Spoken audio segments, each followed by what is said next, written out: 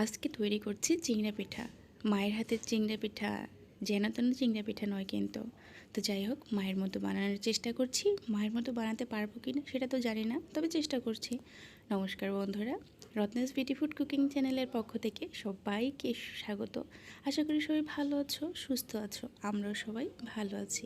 তো যারা আমার নতুন ভিউয়ার্স আছে তাদেরকে সবাইকে স্বাগত। আমার চ্যানেলটি সাবস্ক্রাইব করে সাথে থাকবে, পাশে থাকবে, আর ভিডিওটি প্রথম থেকে শেষ পর্যন্ত দেখবে। ভালো লাগলে একটা লাইক, একটা কমেন্ট করে দিও।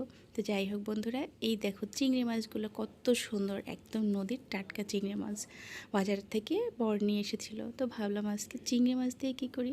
তো পরে ভাবলাম মায়ের হাতের অনেক দিন রান্না খাই না, তবে মায়ের হাতের না খাই তো কী হয়েছে, নিজে মায়ের হাতের রান্নার মতো রান্না করে তো খেতে পারি। তো তার জন্য এখানে এই যে দেখো চিংড়ি মাছগুলো প্রথমে আমি কেটে বেছে নিচ্ছি। তো দেখো, তোমাদেরকে একটা চিংড়ি মাছ কাটার ট্রিক্স শেখাচ্ছি। চিংড়ি মাছের মধ্যে কিন্তু কোনো হাড্ডি কুড্ডি কিছুই নেই, তবে চিংড়ি মাছের দাঁড়ার মাঝখানে একটা সুতার মতো একটা নাড় আছে, মানে ওদের খাদ্যনালী। এই খাদ্যনালীর মধ্যে বিভিন্ন রকমের ময়লা জমা থাকে।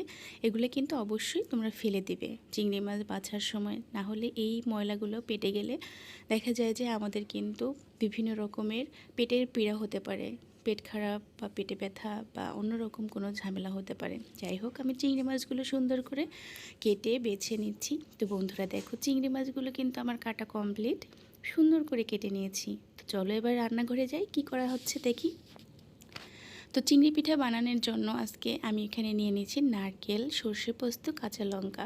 তো এগুলো প্রথমে আমি একটু পেস্ট করে নেব, তার জন্য কিন্তু আমি এখানে ব্লেন্ডার করে নিচ্ছি।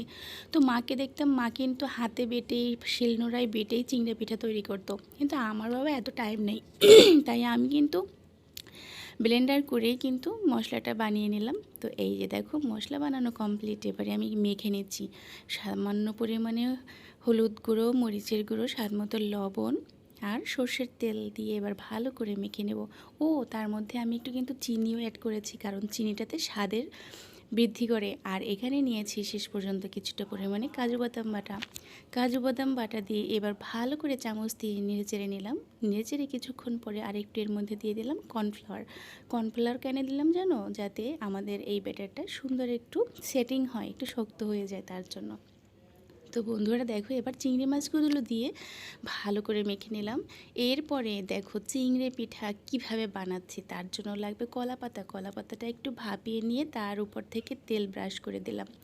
তেল ব্রাশ করে এরপরে আমি মাখিয়ে রাখা চিংড়ি মাছগুলো সুন্দর করে সাজিয়ে সাজিয়ে সেট করে দিলাম।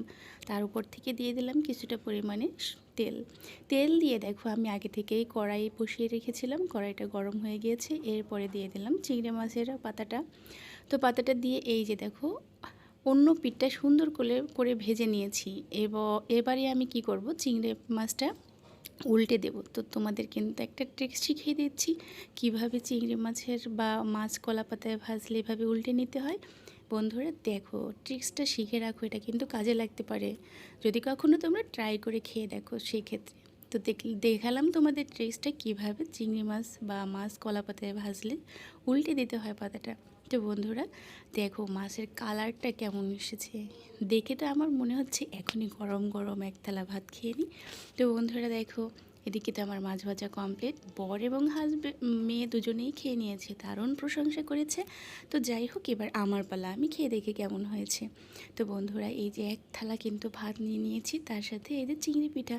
আজকে কিন্তু আমি আর কিছুই করিনি, আজকে এগুলো দিয়ে খাওয়া দাওয়া হবে। তো বন্ধুরা দারুণ হয়েছে। যাই হোক বন্ধুরা, আজকের মতো এখানে বিদায় নিচ্ছি। দেখা হচ্ছে অন্য কোনো ভিডিওতে। নমস্কার।